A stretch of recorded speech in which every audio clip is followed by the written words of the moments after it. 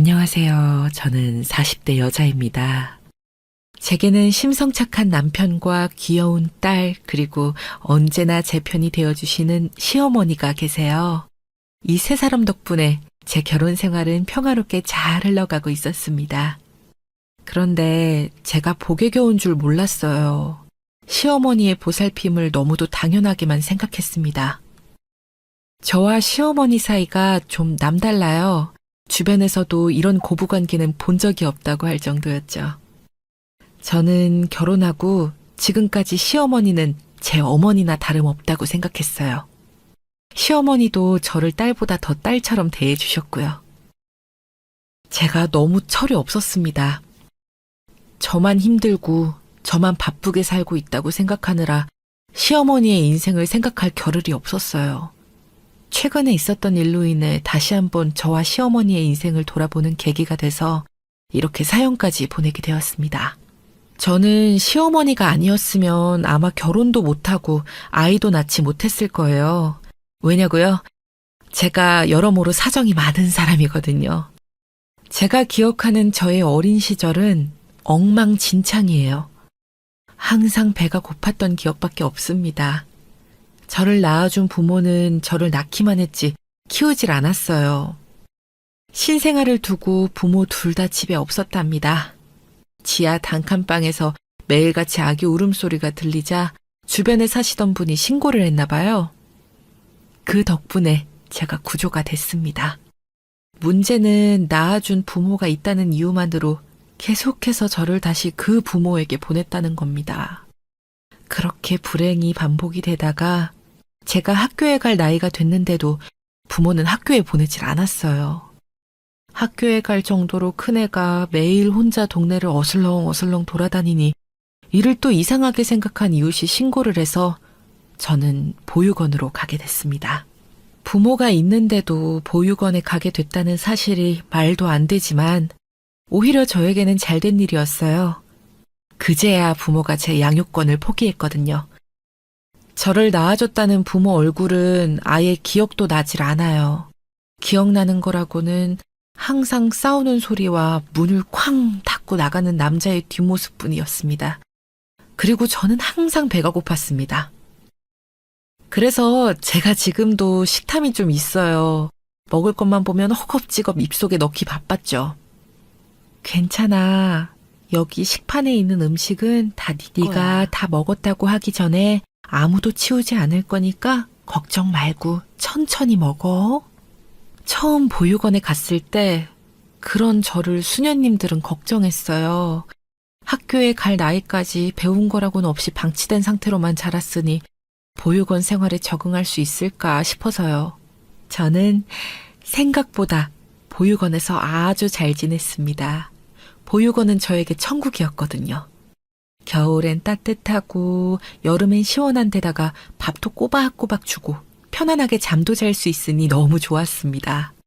가장 좋았던 건 매일 소리 지르던 어른이 없다는 거였어요. 저와 비슷한 아이들도 많으니 심심할 틈도 없었고요. 저는 보육원 다음으로 학교를 좋아했습니다. 학교에는 재미있는 것들이 많았어요. 선생님은 하루 종일 새로운 걸 가르쳐 주셨고 언제든 나가서 뛰어놀 수 있는 운동장이 있었습니다. 더군다나 제가 잘하는 만큼 칭찬을 받을 수도 있었고요. 저는 공부를 꽤 잘했습니다. 저도 제가 신기했어요. 제 앞에서 매일 소리만 질러대던 부모를 닮았으면 절대 그럴 일 없으니까요. 저는 배우는 대로 머리에 쏙쏙 들어왔습니다. 저는 보육원에서 가장 똑똑한 아이로 불렸어요. 수녀님들도 저를 볼 때마다 뿌듯해 하셨습니다. 함께 살던 친구들은 분명 제가 제일 먼저 입양될 거라고 했어요. 그런데 그 말은 사실이 아니었습니다. 저보다 늦게 들어온 동생들도 하나 둘 떠나는데 저는 국민학교를 졸업할 때까지 보육원에 있었어요. 그때까지도 저는 다 괜찮았어요. 입양되지 않아도 상관없었습니다. 저는 보육원이 좋았고 당시에 다니던 학교도 좋아했으니까요. 그런데 한 번 꼬인 인생은 원래 잘 풀리지 않나 봅니다. 중학교에 입학할 때쯤 저도 입양이 되긴 했어요. 보육원이 있던 지역에서 많이 먼 지역으로 가게 됐습니다. 집 바로 근처에 바닷가도 있고 집도 크고 좋았어요. 저를 입양한 부모님들은 연세가 좀 있으셨습니다. 저보다 오빠도 한 사람 있었고요. 저는 제게도 가족이 생겼다는 사실만으로도 너무 좋았습니다. 그런데 제게 선물처럼 찾아온 가족은 제 생각과 달랐습니다. 저를 입양한 양부모님들은 입양에 대해 잘못 알고 계신 것 같았어요. 입양이라는 건 자식으로서 완벽하게 책임지는 것을 말하는 것인데 양부모님은 저를 하인 부리듯 하셨습니다. 그것도 새오빠의 하녀 말이죠. 오빠는 처음 보았을 때 저보다 서너 살 많아 보였어요. 학교 다니지 않았기 때문에 정확한 나이나 학년을 알 순 없었죠. 바닷가 근처의 별장처럼 크고 멋진 집은 새오빠를 위해 지은 집이었어요. 새오빠는 태어날 때부터 지병이 있어 거동이 편하지 않았습니다. 겉으로 보기에도 발목이 살짝 돌아가 있었는데 어떤 병인지는 몰라도 몸이 쇠약하고 목발이나 휠체어가 있어야만 거동할 수 있었어요. 처음엔 저도 큰아들이 아프니 터울이 많이 지지 않는 밝은 여자아이를 입양하고 싶으셨나 보다 싶어 최대한 밝은 모습을 보여드렸습니다. 양부모님에게 예쁨 받고 싶어 새오빠에게도 잘하려 노력했습니다. 그런데 양부모님이 바라는 건 그런 게 아니었어요. 본인들이 일하러 나갔을 때 새오빠의 손과 발이 되어줄 사람이 필요했던 거예요. 아침에 일어나면 새순물을 떠서 세수해주고 준비된 아침 식사를 가져다 주는 거였죠. 저는 새오빠를 돌보느라 학교에도 갈 수 없었습니다. 홈스쿨링이라는 면목으로 집에서 새오빠랑 공부했어요. 저도 처음엔 투덜거렸습니다. 제가 동생인데 왜 항상 오빠보다 먼저 일어나서 오빠를 챙겨야 해요? 그리고 전 홈스쿨링 싫어요. 학교에 가고 싶어요. 친구도 만나고 운동장에서 운동도 하고 싶단 말이에요. 애가 워낙 똘똘하다길래 당연히 눈치도 빠를 줄 알았더니 아직 네가 상황 파악이 안 되는구나. 네 주제에 밥 주고 재워주면 감사합니다 해야지. 어디서 어른들이 이래 토를 달어. 자꾸 궁시렁거리면 홈스쿨링도 아예 못하게 할 거니까 알아서 해. 저는 씩씩거리며 양어머니를 향해 눈을 흘겼습니다. 이거 누가 고아 아니랄까봐 되바라진 것 좀 봐. 너 누가 부모를 그딴 눈으로 보니? 눈 똑바로 안 떠? 아우, 얘 안 되겠다. 너 같은 건 밥 먹을 자격도 없어. 제가 말대꾸를 할 때마다 양부모님은 밥을 주지 않았습니다. 버릇없는 녀석은 먹을 자격도 없다면서요. 그 이후로는 꾹꾹 참았습니다. 학교는 못 가더라도 홈스쿨링이라도 해야 했고 밥도 먹어야 했으니까요. 친부모랑 살 때도 이것보다 더 했지만 살아남았잖아요. 어쩔 수 없이 제 팔자라고 생각하고 20살까지만 참자 싶었습니다. 저는 누구보다 열심히 살았습니다. 제 또래의 다른 아이들과는 애초에 출발선부터 달랐으니 저는 그들보다 훨씬 더 노력해야 했어요. 학교 다니지 못했으니 검정고시를 봐야 했습니다.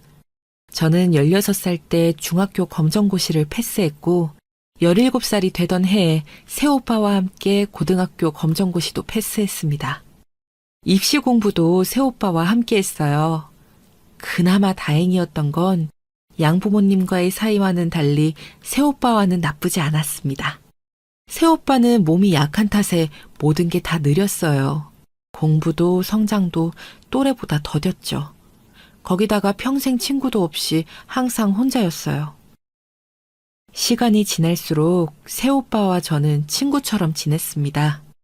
시간이 지나자 저도 오빠의 손과 발이 되어주는 게 더는 서럽거나 화나지 않았어요. 양부모님은 오빠를 위해 훌륭한 가정교사들을 구해주셨습니다. 덕분에 저도 함께 공부할 수 있어서 도움이 됐어요. 새오빠와 함께 공부하다 보니 본의 아니게 선행학습을 하게 됐거든요. 오빠는 대학 입시에 실패했지만 저는 보란듯이 법대에 합격했습니다. 그것도 서울의 명문 법대예요. 양부모님은 설마 제가 합격하겠나 싶어 제가 수능을 보든지 원서를 쓰든지 관심도 없으셨습니다. 집에 오고 가는 가정교사들이 항상 저에 대해 칭찬을 늘어놔도 궁금해하지 않으셨거든요. 아무리 잘해봐야 오빠보다 제가 잘할 리 없다고 생각하셨던 것 같아요. 그러다 제가 먼저 대학에 합격하고 나니 양부모님은 그제야 난리를 치셨습니다. 저를 서울에 보내지 않으려고요. 저는 굴하지 않았습니다. 끝까지 서울에 올라가겠다고 했습니다. 지금까지 감사했습니다. 저는 서울에 올라가려고요. 제가 어떻게든 서울에 올라가려고 하자 양부모님은 노발대발하시며 말도 안 되는 소리를 제게 늘어놓았어요.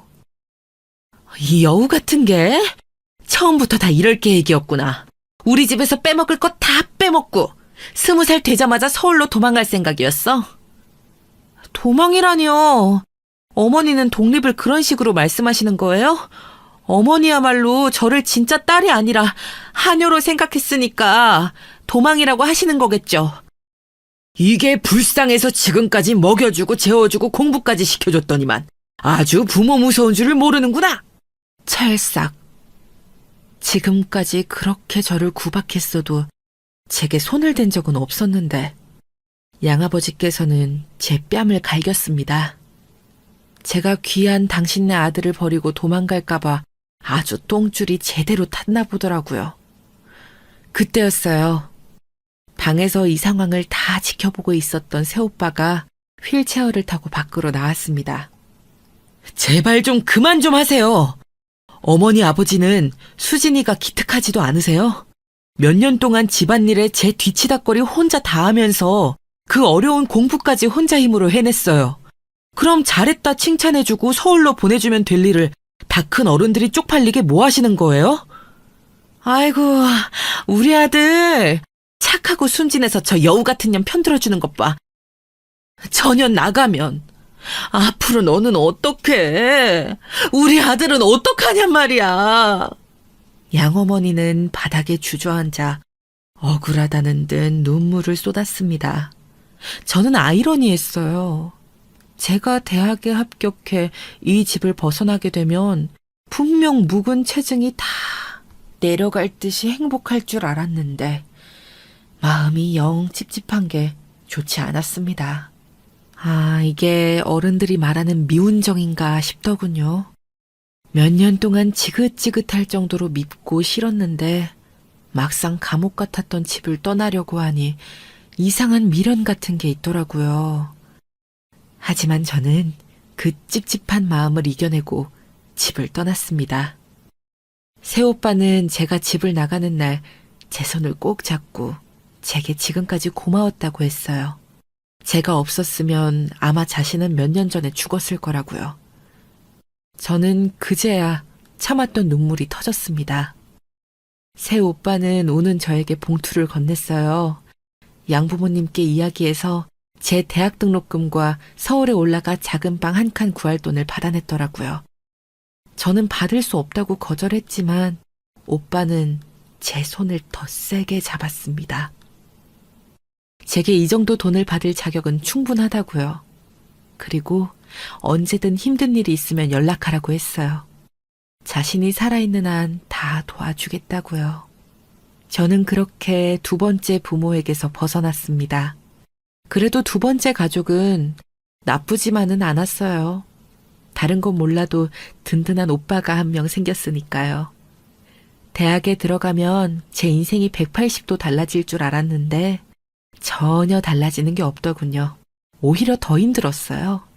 새오빠 덕분에 학교 근처에 작은 방도 구하고 한 학기 학비는 벌었지만 그 이후부터의 삶은 혼자 힘으로 살아내야 했습니다. 제가 거의 마지막 사법고시 세대예요. 공부도 하면서 생활비까지 버느라 하루에 2-3시간 자면서 하루하루를 버텼습니다. 제게는 사법고시가 아주 간절했으니까요. 당시에 제가 살던 하숙집의 주인 아주머니가 그런 저를 너무 딱해 하셨어요. 지금까지 대학생들에게 수도 없이 월세방을 내줬지만 저처럼 비밀 언덕이라곤 하나도 없는 법대생은 처음 보셨답니다. 그때부터 주인 아주머니는 저를 딸처럼 대해주셨어요. 그리고 바로 그분이 지금의 저의 시어머니이십니다. 저와 인연이 많은 분이죠. 당시에 남편도 대학생이었는데 군복무 중이었어요. 시어머니는 일찌감치 혼자 되셔서 아들 하나를 혼자 키우셨어요. 당신도 힘든 젊은 시절을 보내서인지 저를 유난히 아껴주셨습니다. 부모 없이 학교도 제대로 못 다니고 명문 법대까지 들어온 저를 대견해 하시면서요. 대학 4년 내내 시어머니는 제게 밥을 차려주셨습니다. 괜찮다고 해도 항상 아침마다 수업 가기 전에 들르라고 해서 밥을 차려주셨어요. 저는 항상 감사했습니다. 저에게 아무것도 바라지 않고 음식을 내어주는 사람은 처음이었으니까요. 제가 고아라서 혹은 저를 부려먹기 위해서가 아니라 그냥 저를 온전히 예뻐해주고 기특해하고 있다는 게 시어머니의 눈빛에서 다 느껴졌어요. 대학을 졸업하고도 2년 정도를 저는 사시 공부를 하느라 그 집에 계속 살았습니다. 제가 시어머니에게 감사할 수밖에 없는 게 2년 동안 제게 월세를 받지 않으셨어요. 절대 쉬운 일이 아니라는 걸 저도 잘 알고 있었습니다. 시어머니도 그 빌라 아니면 수입이 없으셨으니까요. 생활비에 월세 벌어가며 그 어려운 사시 공부를 어떻게 해. 내가 생활비는 못 해줘도 월세는 안 받을 테니까 사시에만 집중해서 공부해. 올해는 꼭 붙어야지. 지금 생각해보면 시어머니는 저의 뭘 보고 저를 믿어주셨는지 모르겠어요. 시어머니는 제가 처음 사시에 떨어지고 왔을 때도 포기하지 말라며 용기를 심어주셨어요. 저는 분명히 될 거라고요. 저는 결국 검사가 됐습니다. 제가 사법고시에 합격하고 검사까지 된 건 온전히 시어머니 덕이에요. 시어머니의 따뜻한 마음과 매일 차려주신 맛있는 식사 덕분에 제가 견딜 수 있었어요.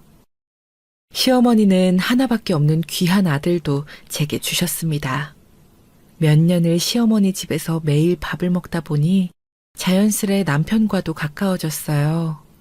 같은 학교에 다니고 있었기 때문에 시작은 서로 선후배 사이로 돈독하게 지냈습니다. 남편은 인성이 훌륭한 사람이에요. 평생 시어머니의 따뜻한 밥을 먹고 사랑을 듬뿍 받고 자라서인지 매사에 긍정적이고 밝은 사람이었어요. 군대를 제대하고 공무원 시험 준비를 했었는데 남편은 시험에 계속 떨어졌어요. 그런데도 한 번을 낙담하는 모습을 본 적이 없었습니다. 시어머니도 언제나 그런 남편을 위로하고 응원했어요. 저는 검사가 되고 얼마 뒤 남편에게 청혼했습니다. 그런데 남편은 저와의 결혼을 망설였어요. 저는 결혼을 망설이는 남편 때문에 힘들었습니다. 그때 저를 위로한 게 바로 시어머니였어요. 남편의 마음을 제게 전달해 주셨습니다. 당시의 남편이 공무원 시험을 여러 번 떨어지고 나서 계약직으로 작은 회사들을 전전하며 다니고 있었어요. 자신이 남자인데 제 앞에 내세울 만한 것이 없으니 저와의 결혼을 망설이는 거라고 하시더군요. 시어머니는 제게 당신의 아들이 부족하니 제게도 결혼하라는 소리를 못하겠답니다. 내가 아무리 너같이 똑똑하고 착한 며느리가 욕심이 나도 이제야 네 꿈 펼치고 훨훨 날아갈 발목을 어떻게 잡겠어. 시어머니의 말에 저는 오히려 다행이라고 생각했습니다. 저는 혹시나 제가 고아에 학교도 안 다니느라 결혼을 반대하면 어쩌나 걱정했었거든요. 생각해보니 시어머니는 부족한 저에게 한 번도 부족하다고 이야기하신 적이 없었어요. 언제나 대단하다고 어루만져 주셨죠. 저는 남편과 결혼했습니다. 제가 남편을 많이 사랑하고 무엇보다 시어머니와 진짜 가족이 되고 싶다는 생각이 확고했거든요. 앞으로 제 인생에 무슨 일이 생겨도 시어머니 같은 분이 곁에 있다면 저는 뭐든 헤쳐나갈 수 있을 것만 같았어요. 제 생각이 맞았습니다. 시어머니는 언제나 제 편이었어요. 제 결혼식을 앞두고 한바탕 난리가 났었습니다. 처음부터 도움이 안 되는 관계는 끝까지 도움이 안 되더군요. 누구를 말하는 거냐고요? 당연히 저의 양부모입니다. 제가 검사가 된 이후 양부모님께 먼저 연락이 오긴 했어요. 명문대 법대생 때와 검사는 다른지 제 앞에서의 양부모님의 태도가 180도 달라졌더군요. 갑자기 제 진짜 부모인 양 굴었습니다. 아이고, 장하다 장해. 우리 막내딸 내가 이렇게 성공할 줄 진작 알았다니까. 그럼요. 얘가 날 닮아서 머리가 보통 비상한 게 아니잖아요. 우리 영감님 이제 명색이 검사님인데 그 다 쓰러져가는 월세집에서는 나와야지. 우리가 아예 서울로 올라올까? 너도 바쁠 텐데 옆에서 부모가 챙겨주면 좋잖아. 저는 이야기를 하는 내내 소름이 돋아서 더는 만나고 싶지 않았습니다. 그 이후 양부모님에게 연락이 와도 받지 않았어요. 사람이 염치가 없다는 게 이런 걸 두고 하는 말 같았습니다. 사실을 준비하고 공부할 때도 오빠와는 계속 연락했었어요. 오빠가 서울병원에 왔다 갔다 할 때마다 얼굴도 봤고요. 거기다가 제가 사시에 2번 떨어졌을 때도 오빠는 언제나 괜찮다고 저를 위로했습니다. 하지만 양부모님은 달랐어요. 오빠 옆에서 비웃는 소리가 통화상으로 저에게까지 다 들렸거든요. 그러게 주제도 모르고 사시는 무슨 사법고시냐면서 한 살이라도 어릴 때 차라리 시집을 가라고요. 하지만 남편과 결혼식 날짜를 잡고 나서는 어쩔 수 없이 연락해야 했습니다. 사실 오빠 말고는 아무도 초대할 생각도 없었지만 시어머니께서 아무리 결혼식에 초대하지 않더라도 미리 말씀을 드리는 게 도리라고 하셔서 연락을 드린 겁니다. 시어머니가 아니었으면 연락도 안 했을 거예요. 제가 연락드린 이유는 결혼하게 돼서예요. 마음 같아선 이야기하고 싶지도 않았지만 오빠는 제 결혼식에 올 테니 어차피 아시게 될 것 같아 연락드린 거예요. 그랬습니다. 저는 결혼 허락이 아니라 결혼 통보를 하려고 양부모님을 만난 거였어요. 뭐? 우릴 결혼식에 초대 안 한다고? 너 그게 말이 되니? 네가 누구 덕분에 검사된 건지 잊었어? 제가 검사된 거야 당연히 제가 열심히 공부하고 저희 시어머니께서 살뜰히 제 뒷바라지 해주신 덕분이죠. 이게 말하는 것 봐. 그게 왜 저기 있는 저 아줌마 덕분이야. 몇 년 동안 내 돈 갖고 먹고 자면서 공부까지 시켜줬는데 이게 고마운 줄을 모르네. 그럼 그렇지. 사람은 변하는 게 아닙니다. 제 앞에서 저를 생각하는 척 알랑방귀를 끼는 것도 잠시 금방 본색이 드러나더군요. 여보, 됐어요. 저런 년이 어쩌다 운 좋아서 검사 좀 됐다고 아주 우리 앞에서 잘난 척하는 꼴이 우스워 죽겠네요. 이래서 머리 검은 짐승은 거두는 게 아니라던데. 그 말이 딱 맞네, 딱 맞아. 아줌마도 정신 차려요. 얘가 원래 어릴 때부터 아주 싹수가 노랗고 능구렁이 같은 년이에요. 이런 년 며느리로 들였다가는 집안 아주 말아먹을 겁니다. 저도 이제 나이도 먹을 만큼 먹었고 결혼도 앞두고 있으니 양부모님의 말 같은 거에 휘둘리고 상처받지 않을 줄 알았습니다. 그런데 막상 또 제 앞에서 소리를 지르고 저에게 못된 소리 하는 걸 들으니 예전 생각이 나면서 또 상처받게 되더군요. 그때였습니다. 사람 좋은 우리 시어머니도 듣다 화가 나셨는지 양부모님께 버럭 소리를 지르셨어요. 보자 하니까 아주 못 들어주겠네요. 이래서 우리 며느리가 양부모님이라면 치를 떨었군요. 당신들이야말로 어린애 데려다가 도대체 무슨 짓을 한 거예요. 한 번만 더 우리 며느리에게 막말했다가는 내가 당신들 옛날에 했던 짓까지 싹 다 조사해서 고소할 거니까 다시 우리 며느리 앞에 나타나지 마요. 그 순간 저는 가슴이 뭉클했고 눈물이 왈칵 쏟아질 것 같았어요. 제 편이 생긴 것 같아 너무도 든든했습니다. 시어머니와 남편 그리고 저는 진짜 가족이 되었습니다. 지금까지 제 인생에 우여곡절이 많았지만 이제야 진짜 가족을 찾았다고 생각했어요. 결혼하고도 저와 남편은 원래 살던 시어머니 댁에서 계속 살았어요. 제가 시어머니와 떨어져 살고 싶지 않았거든요. 다행히도 제가 근무하는 직업이 시댁에서 멀지 않았어요.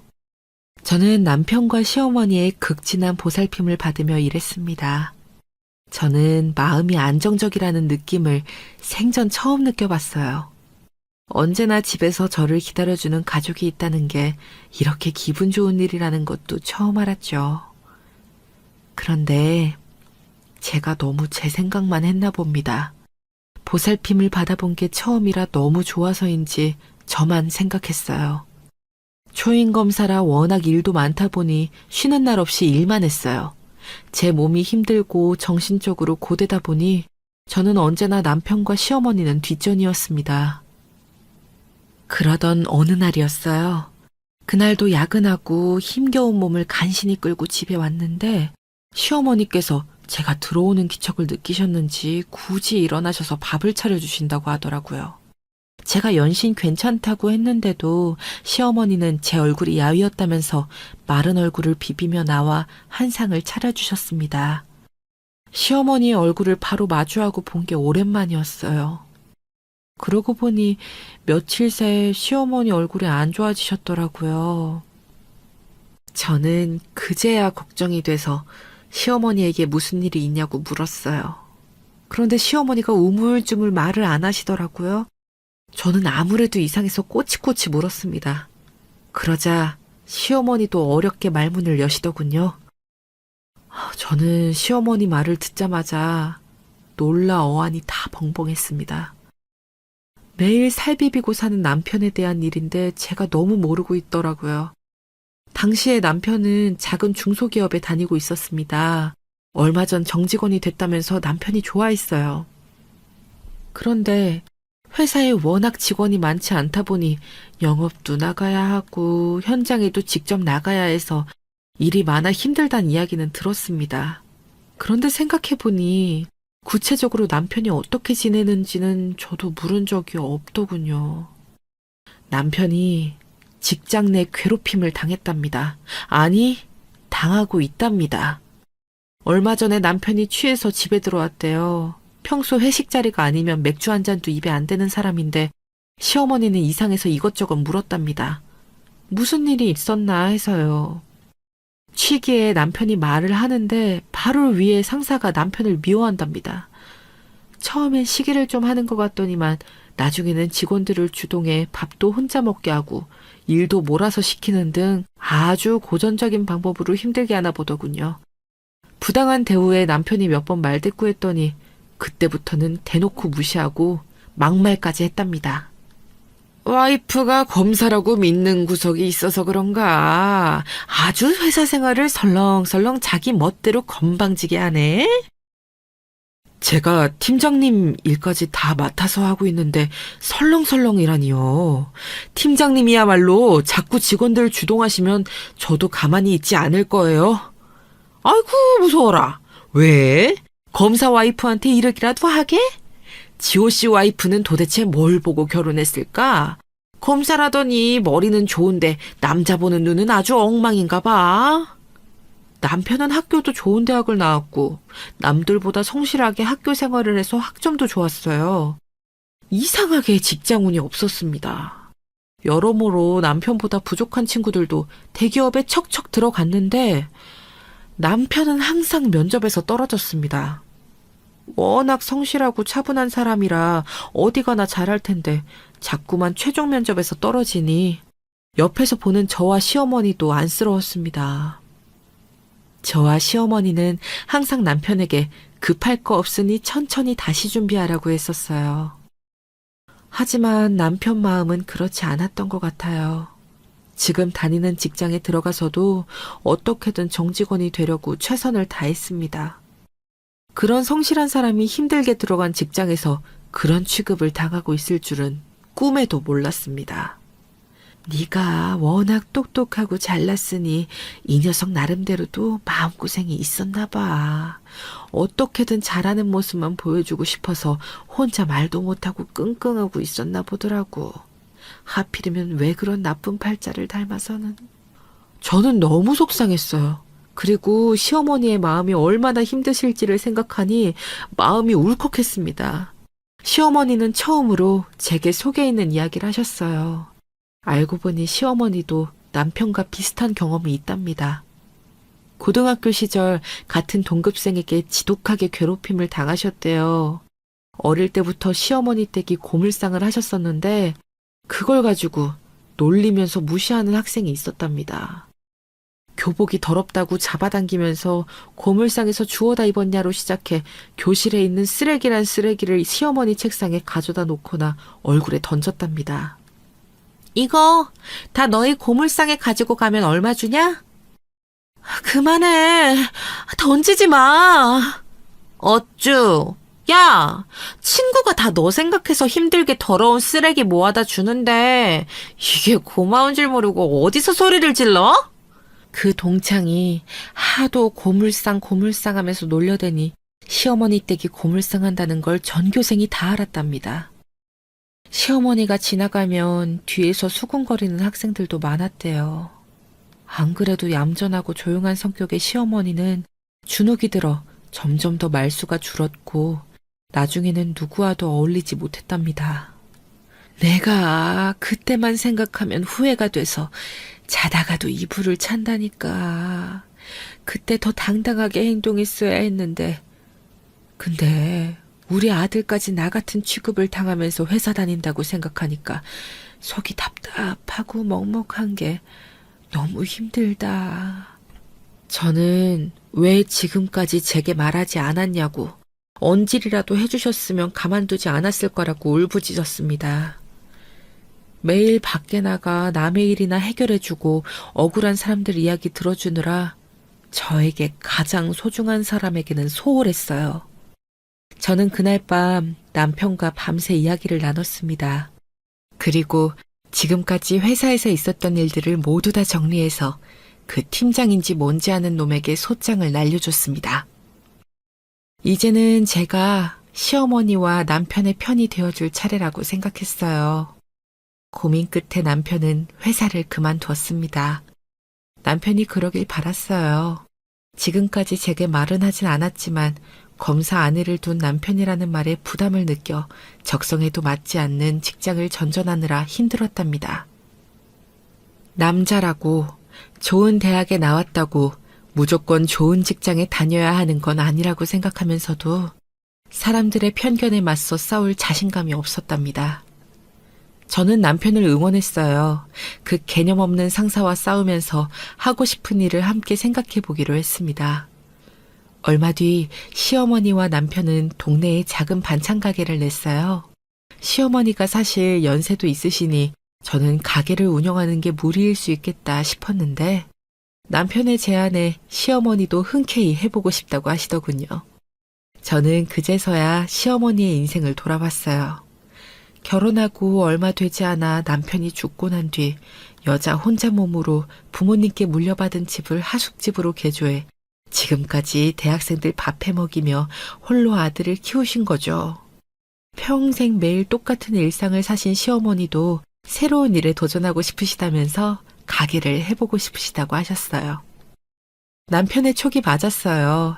대학가이기도 하고 혼자 사는 직장인들이 많은 동네라 반찬 가게가 잘 될 것 같다고 했거든요. 워낙 시어머니의 음식 솜씨가 뛰어나기도 하고요. 반찬 가게는 시작하자마자 장사가 잘 됐습니다. 남편은 직장 다닐 때보다 수입이 훨씬 낫다면서 입이 귀에 걸렸더군요. 저는 그제야 마음이 좀 놓였습니다. 제가 세상에서 가장 사랑하는 두 사람의 행복한 모습을 보는 게 좋았어요. 그 이후 몇 년 동안은 아무 탈 없이 평화롭게 살았습니다. 저는 직업을 옮겨 다니며 열심히 일에 집중했고 남편과 시어머니는 열심히 가게 일을 하셨어요. 그러던 중에 생각지도 못한 일이 벌어졌습니다. 제가 남편과 시어머니를 실망시키고 말았어요. 무슨 일이냐고요? 남편과 시어머니는 아이를 원하셨습니다. 사실 결혼했으니 아이를 낳는 게 보통 당연한 일이죠. 더군다나 가족이라고는 덜렁 셋밖에 없었으니까요. 제가 워낙 일 욕심이 많다는 걸 남편과 시어머니도 알다 보니 저만 보면 농담조로 이야기를 하긴 했었어요. 가게 하면서도 나랑 어머니가 아이 둘 셋은 거뜬하게 키울 수 있으니까 당신은 낳아주기만 해. 나머지는 우리가 다 알아서 할게. 그럼 우리가 아주 잘 키울 테니까 우리 며느리는 아무 걱정 말어. 저도 압니다. 저에게 시어머니와 남편이 있다는 건 천군만마도 같았어요. 하지만 겁이 났습니다. 임신도 출산도 그리고 제가 엄마가 된다는 사실도요. 저는 시어머니처럼 좋은 엄마가 될 수 없을 것 같았어요. 저를 낳아준 친엄마도 저를 입양했던 양어머니도 다 엉망진창이었는데 제가 좋은 엄마가 될 리 없다고 생각했죠. 저는 결혼 이후 최근까지 몇 년 동안 계속 피임을 해왔어요. 남편과 시어머니에게 상의하지 않은 상태로요. 제 잘못이 맞습니다. 하지만 정말 저는 아이를 낳아야 할지 말아야 할지 결정하지 못했어요. 하필이면 제가 피임약을 복용하고 있다는 사실을 시어머니가 제일 먼저 알게 되셨습니다. 제가 다니는 산부인과에서 받아온 약을 항상 잘 숨겨뒀었는데 시어머니께서 우연히 보게 되신 거예요. 처음엔 무슨 약인지 모르시니 제가 무슨 약을 먹나 걱정이 돼서 남편에게 물어본 거죠. 남편은 그 약이 피임약이란 사실을 알게 된 거고요. 그날 집은 발칵 뒤집혔습니다. 저는 남편이 화가 난 모습을 처음 봤어요. 내가 얼마나 아이를 갖고 싶어 했는지 당신도 알았으면서 어떻게 나한테 이럴 수가 있어? 당신은 내 생각은 안중에도 없지? 그런 게 아니야. 나도 당신이랑 어머니가 뻔히 아이 원하는 거 아는데 나라고 이러고 싶었겠어? 나 자신 없어. 엄마가 될 자신이 없다고. 잘못한 건 저인데 남편과 시어머니를 모두 다 속상하게 만들어버렸습니다. 저는 무책임하게 화난 남편을 그대로 집에 혼자 두고 집을 뛰쳐나와 직업으로 도망쳤습니다. 일이 손에 잡히지도 않으면서 집에 돌아갈 수가 없었어요. 그런데 그날 저녁 시어머니께서 제가 일하는 직업까지 찾아오셨습니다. 돈 아깝다고 절대 안 타시는 택시까지 타시고요.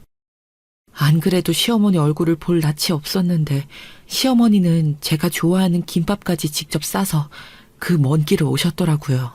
그러고는 제 얼굴을 어루만져 주셨어요. 제가 엄마가 되는 게 자신 없다고 한 게 시어머니는 마음이 너무 아프셨대요. 네가 그런 생각을 하고 있을 거라곤 생각도 못했어. 미안하다. 네 마음도 모르고 내가 네 앞에서 손주 노래 부르면서 생각 없이 굴었어. 나도 어쩔 수 없는 시어머니인가 봐. 내가 너무 미안하다 우리 새끼. 시어머니는 저를 꼭 안아주셨습니다. 저는 저도 모르게 펑펑 울었어요. 어떻게 세상에 이런 시어머니가 있을 수 있을까요? 당신의 아들을 속상하게 만들었는데도 제 마음까지 헤아려 주시다니요. 저는 너무 감동받았어요. 평생 제가 원망하던 하늘이 어쩌면 공평한지도 모르겠어요. 제게 제대로 된 부모를 보내주지 않은 대신 한꺼번에 시어머니로 보상을 해주셨나 봐요. 저는 이렇게 좋은 시어머니를 위해서라면 제가 뭐라도 해야 한다고 생각했어요.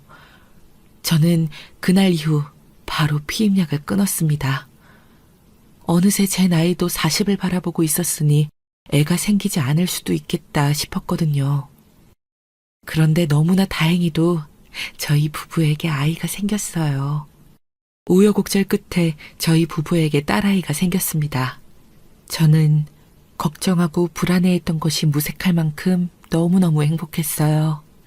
딸아이가 우는 모습도 자는 모습도 모두 다 너무 사랑스러웠습니다. 모성애라는 게 저에게도 있을까 항상 무서웠었거든요. 이게 다 시어머니 덕분이에요. 시어머니에게 진짜 자식을 사랑하고 위하는 방법을 배웠기 때문에 저도 제 딸아이에게 그대로 해줄 수 있을 것만 같았어요. 그런데 저는 참 중간이 없는 사람입니다. 최근까지 좋은 엄마가 될 수 있을까 걱정했던 게 무색할 만큼 아주 유난한 엄마가 되어 있었어요. 제가 유난해지는 데에는 제 직업도 한몫했습니다. 매일 말도 안 되는 범죄를 저지른 범죄자들만 만나다 보니 세상을 믿지 못했어요. 그런 모습이 육아하는데도 버젓이 드러났습니다. 자꾸만 시어머니와 남편에게 하지 않아도 될 잔소리까지 하게 됐어요. 신생아 때부터 먹이고 재우는 걸 남편에게 항상 보고받아야 마음이 편했습니다. 딸아이가 어릴 때는 남편도 제가 원하는 대로 해줬어요. 매일 바쁘게 일하는 엄마다 보니 아이가 얼마나 보고 싶을까 하는 마음에 남편도 아무리 바빠도 항상 사진을 보내주었죠. 그런데 그게 아이가 6살이 될 때까지 이어졌어요. 저는 아이의 모든 일거수일투족을 알고 싶어 했습니다. 그러다 보니 자연스레 잔소리할 수밖에 없었어요. 저야 애를 낳기만 했지 사실 전혀 육아에 대해 모르다 보니 어디서 주워들은 얘기로 그런 건 왜 먹이냐, 옷 좀 단단히 입혀라 등등으로 남편과 시어머니를 괴롭히고 말았습니다. 한 번은 그런 적도 있었어요. 남편은 어린이집을 하원하면 그대로 딸을 가게에 데리고 왔습니다. 저는 그 부분이 마음에 들지 않았어요. 어차피 오후 시간대라 가게도 바쁘지 않은데 가게는 시어머니에게 잠깐 맡기고 놀이터에서라도 좀 놀아주다 오길 바랐습니다. 항상 애가 반찬 가게에서만 지내고 혼자 노는 게 마음이 쓰였거든요. 그래서 몇 번 이야기했더니 남편이 구시렁거리더군요. 나도 새벽부터 장 보고 내내 일하느라 힘들어. 하원 시간이 그나마 가게가 제일 한가할 텐데 나도 그때라도 와서 좀 쉬어야지. 애 키우는 사람이 쉴 시간이 어디 있어. 당신 애 낳기 전에 뭐라 그랬어? 낳아주기만 하면 알아서 잘 키울 거라며. 그 잠깐 놀이터 데리고 가는 게 힘들어서 이래? 무슨 아빠가 그러냐? 대학 때부터 시어머니와 내내 한 집에 살았으니 제가 참 뭘 몰랐습니다. 아무리 편해도 시어머니 앞에서 남편과 싸우면 안 되는 건데 저도 모르게 툭하면 남편을 몰아붙였어요. 그럴 때마다 시어머니는 철없는 며느리 마음 헤아려 주시느라 중간에서 고생이셨어요. 우리가 생각이 짧았어. 애가 한참 뛰어놀아야 할 나이에 매일 좁은 반찬 가게에만 앉아서 만화만 보고 있으니 그건 아니지. 걱정 마라. 내가 운동할 겸 하원시키면서 놀이터 데려갈게. 그때도 저는 철없이 역시 우리 시어머니라고 엄지손가락을 축혀 세웠어요. 시어머니도 연세가 드셔서 몸이 성치 않은 것도 모르고요. 결국 제가 또 사달을 냈습니다. 시어머니께서 딸아이를 데리고 놀이터에 가셨다가 크게 넘어지셨어요. 딸아이가 놀다 그네에서 떨어졌는데 그때 아이를 받으려고 시어머니께서 뛰어가다 넘어지시면서 허리를 다치셨어요. 그런데 제가 또 큰 잘못을 저질렀습니다. 다친 건 시어머니인데 제 딸 걱정만 한 거죠. 그날 연락을 받고 저는 일도 하다 말고 집에 왔습니다. 그리고 딸아이를 붙잡고 제 딸 걱정만 했어요. 심지어 시어머니에게 짜증까지 냈습니다. 아직 어려서 그네 탈 때는 꼭 옆에 있어야 한다니까요. 또 벤치에 앉아서 노래 듣고 계셨죠? 여보, 지금 뭐 하는 거야? 아무리 속상해도 그렇지 어머니 허리 다친 거 안 보여? 저는 그제야 정신을 차렸습니다. 평소 시어머니가 자꾸만 딸아이 앞에서 트로트를 틀어놓고 영상을 보여주시는 게 싫었던 터라 엄한 소리가 저도 모르게 튀어나온 거예요. 저는 이미 뱉어놓고 아차 싶었습니다. 시어머니께서 고개를 푹 숙이고 계신 모습이 그제야 보였거든요. 이제와 말을 주워 담을 수도 없고 정말이지 제 머리를 세게 쥐어받고 싶었습니다. 저는 제가 저지른 만행을 만회하기 위해 시어머니 허리가 다 나을 때까지는 제가 병원에 모시고 다니기로 했습니다. 지검에도 아예 휴가를 냈어요. 시어머니는 그럴 필요 없다고 괜찮다고 하셨지만 그렇게라도 하지 않으면 제 마음이 너무 안 좋았습니다. 그러고 보면 시어머니는 언제나 저에게 괜찮다고만 하셨어요. 하지만 그럴 리 없습니다. 서운한 게 당연해요. 저는 제가 잘못한 게 있으니 시어머니의 마음을 풀어드리고 싶었습니다. 그날도 병원에 갔다가 나오면서 시어머니에게 맛있는 음식을 사드릴 생각이었어요. 그런데 병원을 나와 주차장으로 가려고 하는데 누군가 시어머니에게 다가오더군요. 시어머님 또래의 웬 아줌마였습니다. 상대방이 너무 신나서 시어머니를 아는 척하길래 저는 당연히 반찬가게 손님인 줄 알았어요. 그런데 좀 이상했습니다. 상대방 아줌마는 방방거리며 아는 척을 하는데 시어머니 얼굴은 새하얗게 질려 있더라고요. 저는 시어머니가 걱정돼서 부축하며 괜찮냐고 물었습니다. 시어머니는 제 말도 잘 들리지 않으시는지 어쩔 줄을 몰라 하시더군요. 나야 나 진양고 김양미. 너 설마 나 기억 안 나냐? 내가 너한테 얼마나 잘해줬는데 아우 나를 기억 못하니 서운하다 야.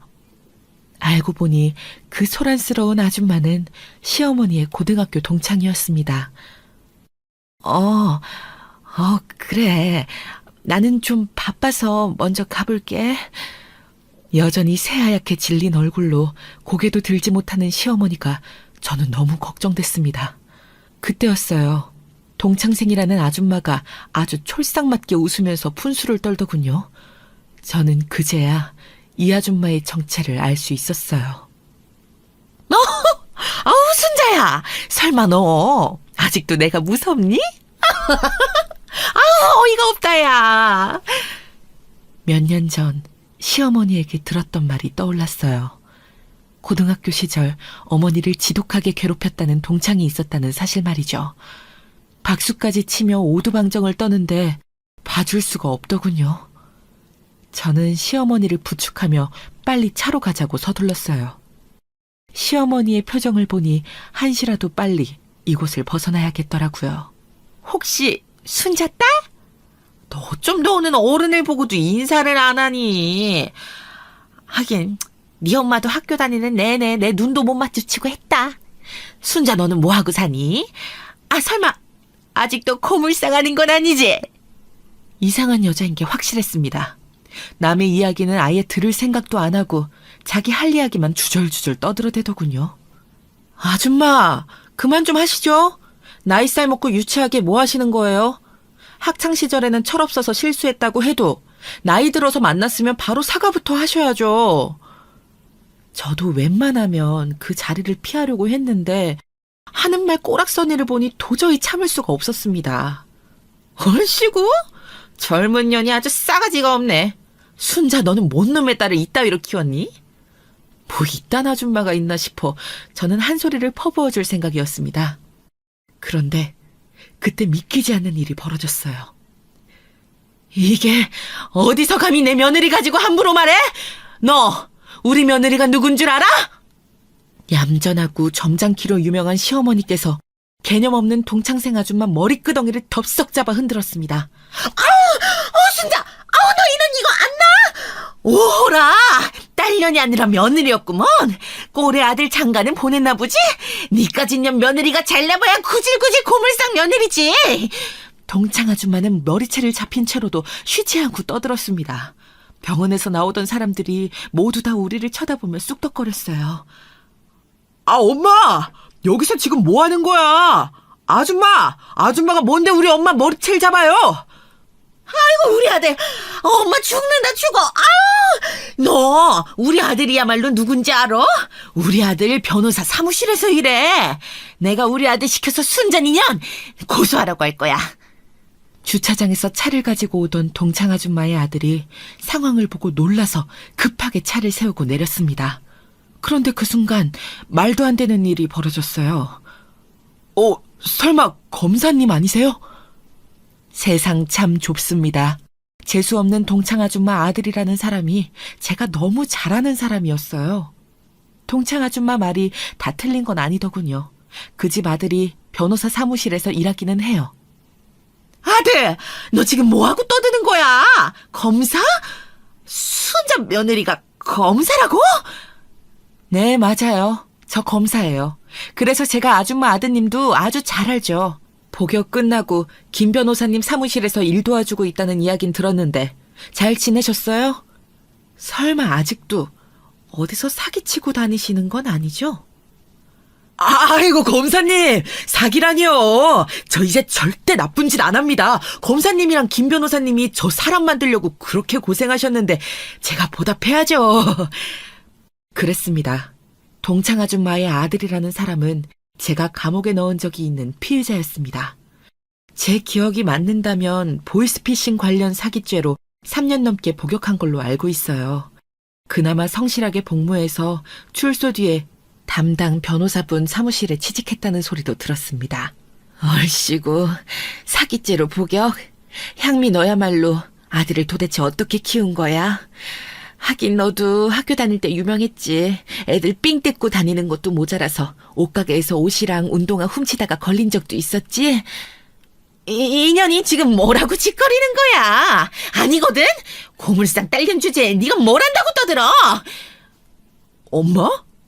이제 보니 완전 개날라리였구나. 뭐야 이 새끼가!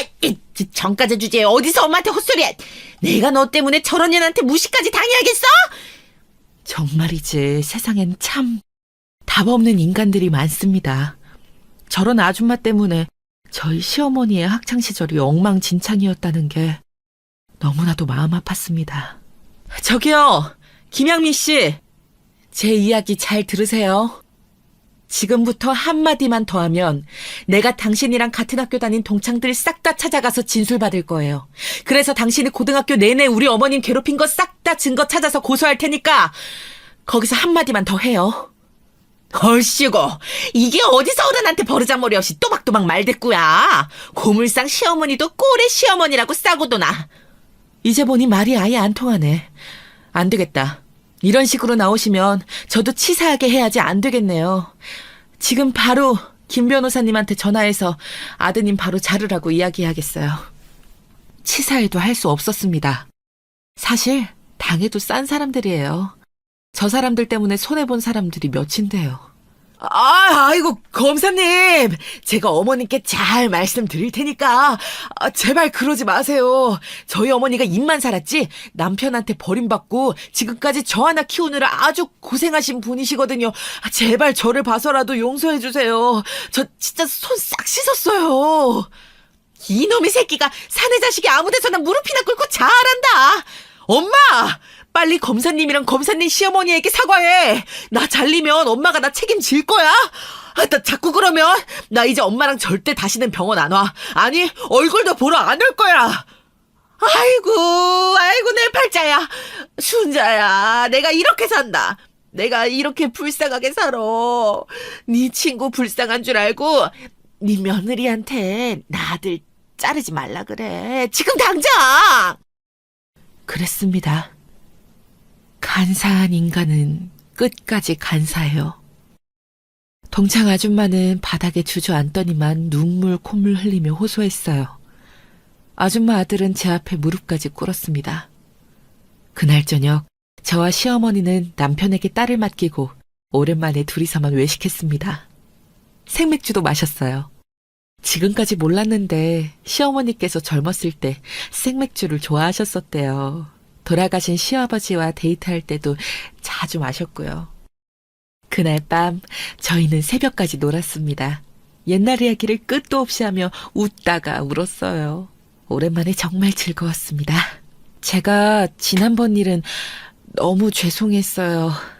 어머니가 저한테 어떻게 해주셨는데 제 딸 귀하다고 시어머니께 함부로 말했어요. 정말 잘못했습니다. 괜찮아. 부모 자식 간에 그럴 수도 있지. 나는 다 잊었어. 오늘 네가 내 평생의 복수를 멋지게 해줬잖아. 난 그거면 됐다. 저와 시어머니는 그날 밤 취해서 어깨동무하고 집에 들어왔습니다. 그날 밤은 제 평생에 못 잊을 거예요. 시어머니와 제가 정말 엄마와 딸 같았거든요. 지금은 아예 시어머니에게 그냥 엄마라고 부릅니다. 딸아이 앞에서 남편도 저도 시어머니를 엄마라고 부르니 딸아이가 가끔 혼란스러워하기는 하지만 딸아이도 커가면서 차차 알게 되겠죠. 우리 가족이 얼마나 돈독한지 말입니다.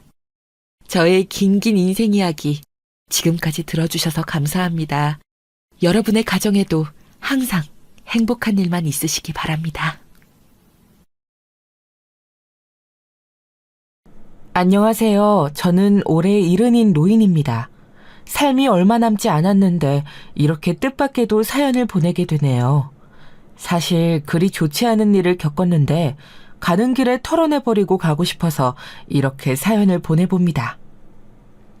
이 일을 겪은 것은 불과 반년 정도밖에 되지 않았어요. 워낙 얼마 되지 않은 일이라서 지금도 기억이 생생하고 여전히 힘이 드네요. 저는 제 나이로는 조금 늦게 결혼해서 아이도 늦게 낳은 편이었습니다. 남편은 동갑이었고 30에 만나 결혼했어요. 저도 남편도 공부를 좀 많이 한 사람들이어서 당시 학업에 빠져 있느라고 결혼이 늦어졌죠. 공부를 끝내느라고 아이도 늦게 하나만 낳았어요.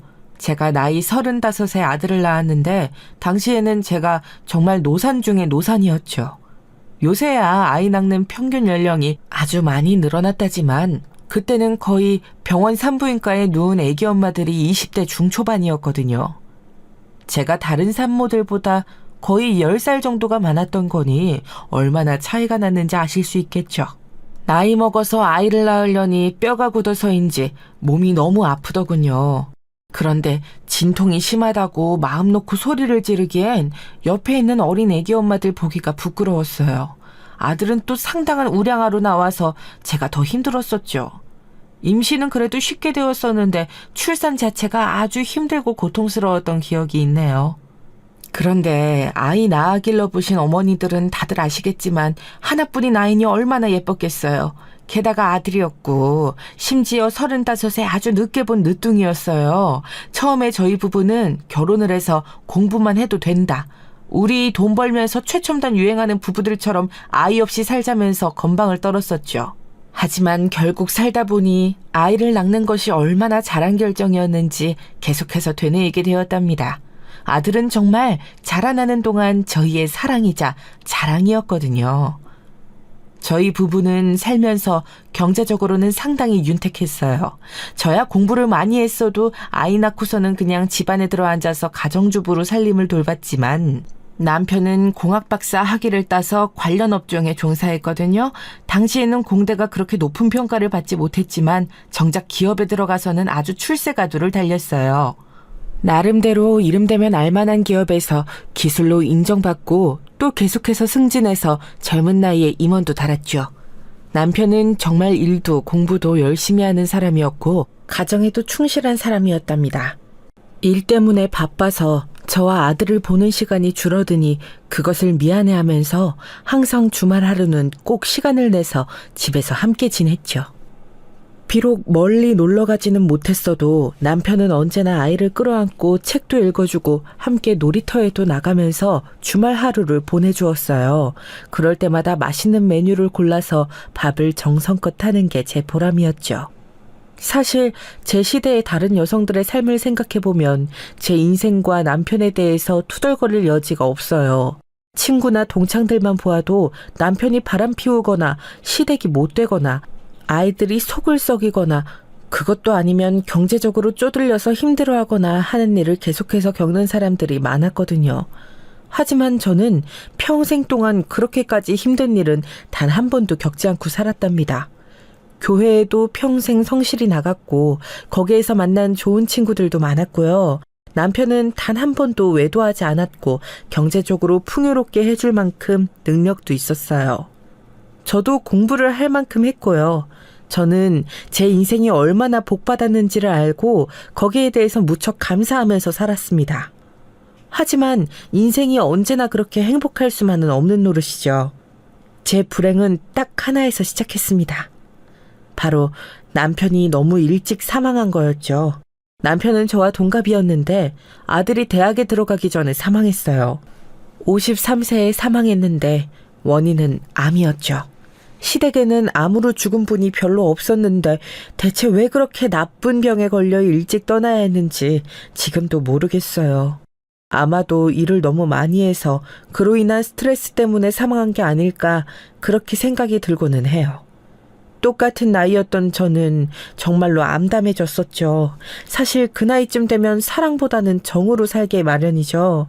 당시 저는 남편이 그렇게 사망한 것이 너무 슬프기도 했지만 동시에 아직 대학도 들어가지 못한 저희 아들하고 제가 어떻게 살아야 할지 너무 걱정이 되었어요.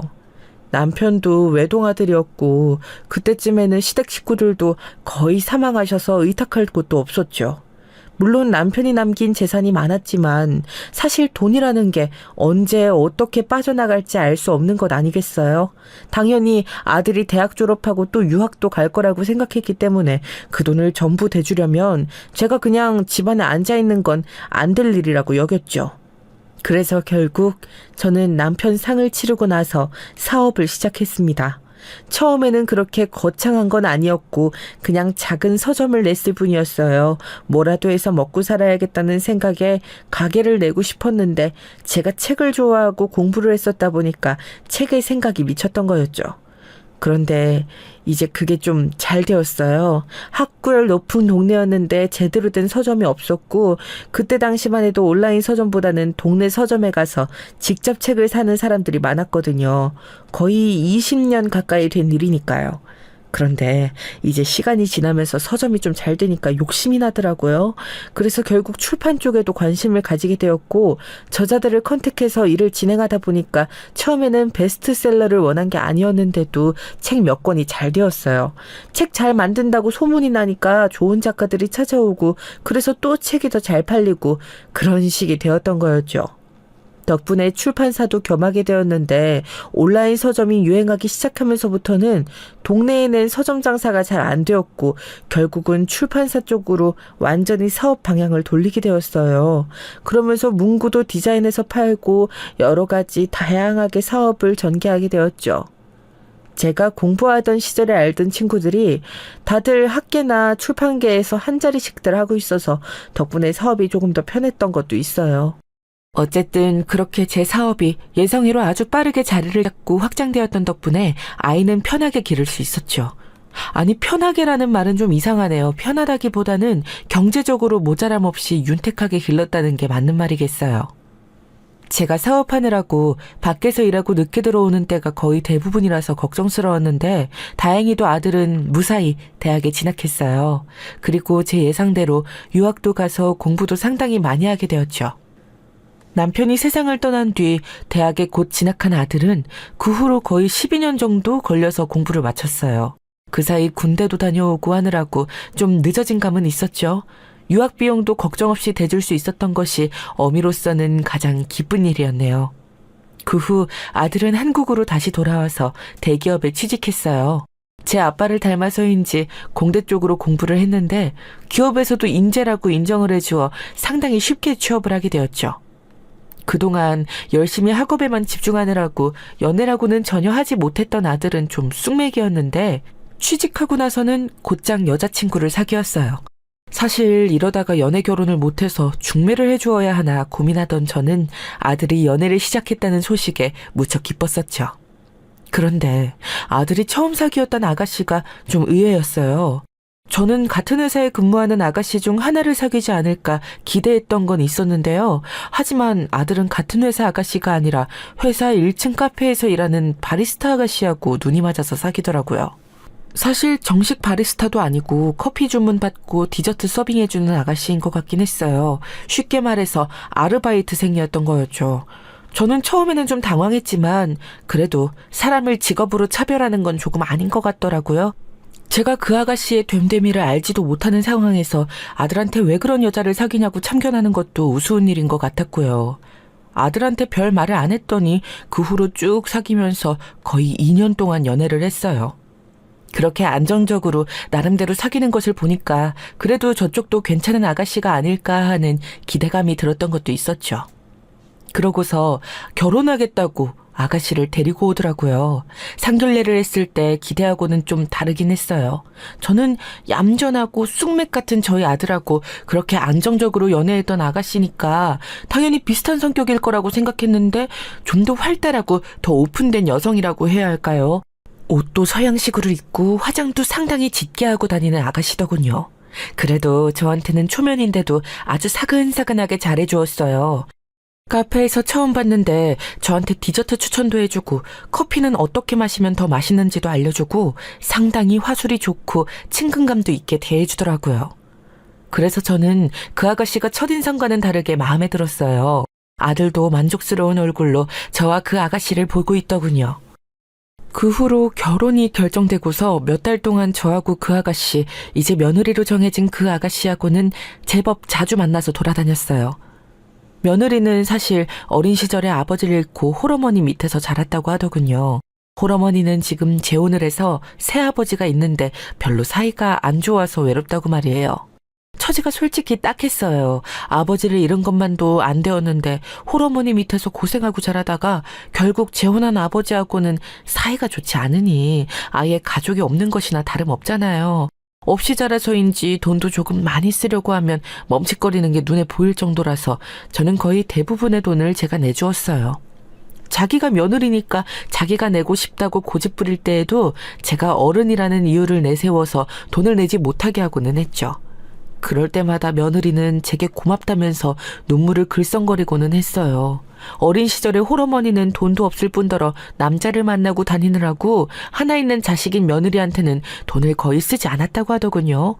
얼마나 고생하고 얼마나 서럽게 살았는지 모른다면서 며느리는 어느 날 저한테 한숨과 함께 털어놓기도 했었죠. 아직 어린 아가씨가 그렇게 고생한 이야기를 들으면서 얼마나 마음이 아프던지요. 그래서 저는 며느리한테 상당히 정이 붙었어요. 며느리는 상당히 사납게 생기고 옷도 너무 개방적으로 입고 다니기는 했지만 알고 보면 아주 싹싹하고 정이 많은 애였죠. 그래서 저는 며느리를 데리고 다니면서 이것저것 사주는데 재미가 들렸고 며느리는 시간이 흐르면서 거기에 익숙해져서 제가 사주면 마치 딸처럼 좋다면서 고맙다는 인사와 함께 신나게 그 선물을 즐겼어요. 재미없는 아들내미 하나만 기르던 저한테 싹싹하고 상냥한 며느리의 존재가 얼마나 활력이 되었겠어요. 그러고 나서 아들과 며느리는 곧 결혼식을 하고서 함께 살기 시작했죠.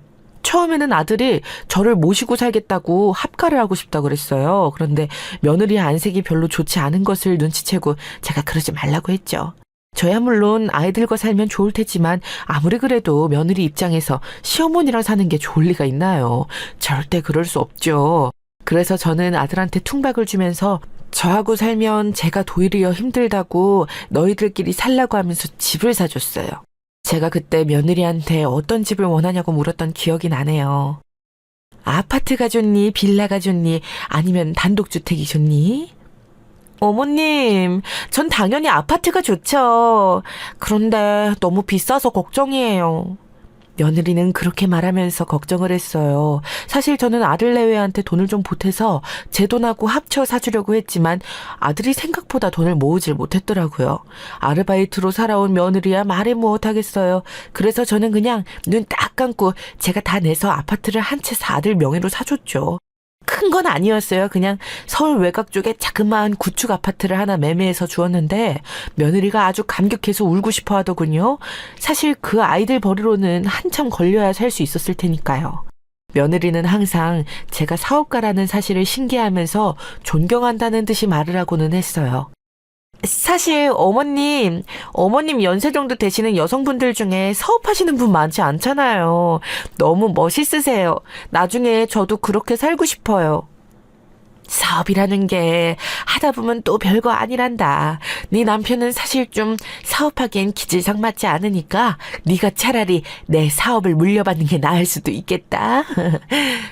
저는 웃으면서 그렇게 말하고는 했어요. 사실 며느리가 아들보다는 좀 더 담대한 면도 있었고 시원시원한 성격으로 보였거든요. 사업하려면 아들처럼 너무 꼼꼼하고 답답한 성격보다는 며느리처럼 좀 시원한 게 나았으니까요. 그래서 저는 정말로 며느리가 잘만 하면 몇 년 지켜보다가 사업을 물려줄 생각이었어요. 그런데 좀 지켜보다 보니까 애가 똑똑하진 않더라고요. 그게 좀 아쉬웠어요. 사업은 성격만 담대해선 되는 게 아니고 여러 가지로 머리를 쓰고 생각을 많이 해야 되는 부분도 있거든요. 특히 출판사 쪽은 원고 검토나 작가 미팅 등 다양하게 머리 쓰고 고민해야 하는 분야들이 많아서 더욱 그랬어요. 솔직히 제 사업이 잘 되고 있어서 아쉽긴 하더라고요. 아들은 자기 분야가 따로 있고 거기서 잘 나가고 있으니 물려줄 수 없고 며느리는 아무래도 깜냥이 안 되는 것 같으니 말이에요. 그래서 그냥 출판사는 팔고 거기서 나온 돈을 물려줄까 싶더군요. 그것도 사실 제가 아직 한참 더 사업을 할 수 있는 나이였으니까 당연히 거의 10년, 20년 뒤의 일이라고 생각했었고요. 그래서 며느리한테는 사업 이야기는 거의 하지 않게 되었어요. 다만 며느리는 제 출판사가 꽤 잘 나간다는 걸 알고 있었고, 그래서 거기에서 나올 유산도 기대하는 눈치이긴 했죠. 그런데 그걸 탓할 마음은 없어요. 사실 부모가 재산을 넉넉히 가지고 있으면 자식들도 물려받는 게 당연한 일이기도 하고요. 제가 물려줄 마음도 있었으니, 게다가 아들은 하나였으니 며느리가 파렴치한 건 아니었죠. 그런데 그러다가 사달이 났어요. 제가 암에 걸렸거든요. 대장암이었는데 처음에는 심각하긴 했어도 나을 수 있다고 희망을 가지고 있었죠. 뭐 한국인들이 가장 많이 걸리는 병이 암이라고도 하고, 제 주변에도 암에 걸렸다가 완치해서 잘 살고 있는 지인들도 몇 있었거든요. 제 나이가 되어서 큰 병 하나 없이 사는 것도 이상한 일이라고 아들 며느리하고 같이 기운차게 말하면서 병원에 치료를 받으러 다녔죠. 그런데 그런 거 있어요. 세상에 일어났던 좋은 일이 저한테 꼭 해당이 되지는 않을 때가 있다는 거. 대장암을 말기에 발견한 것도 아니었고, 의사도 치료 잘하면 나을 확률이 크다고 말했었는데도 그게 안 되더군요. 암은 계속 전이가 되면서 재발했고 수술을 해도 그때뿐이었어요. 제 체력은 점점 더 약해져 갔고 의사도 점점 자신감을 잃는 눈치였죠. 돈은 얼마가 들어도 좋다.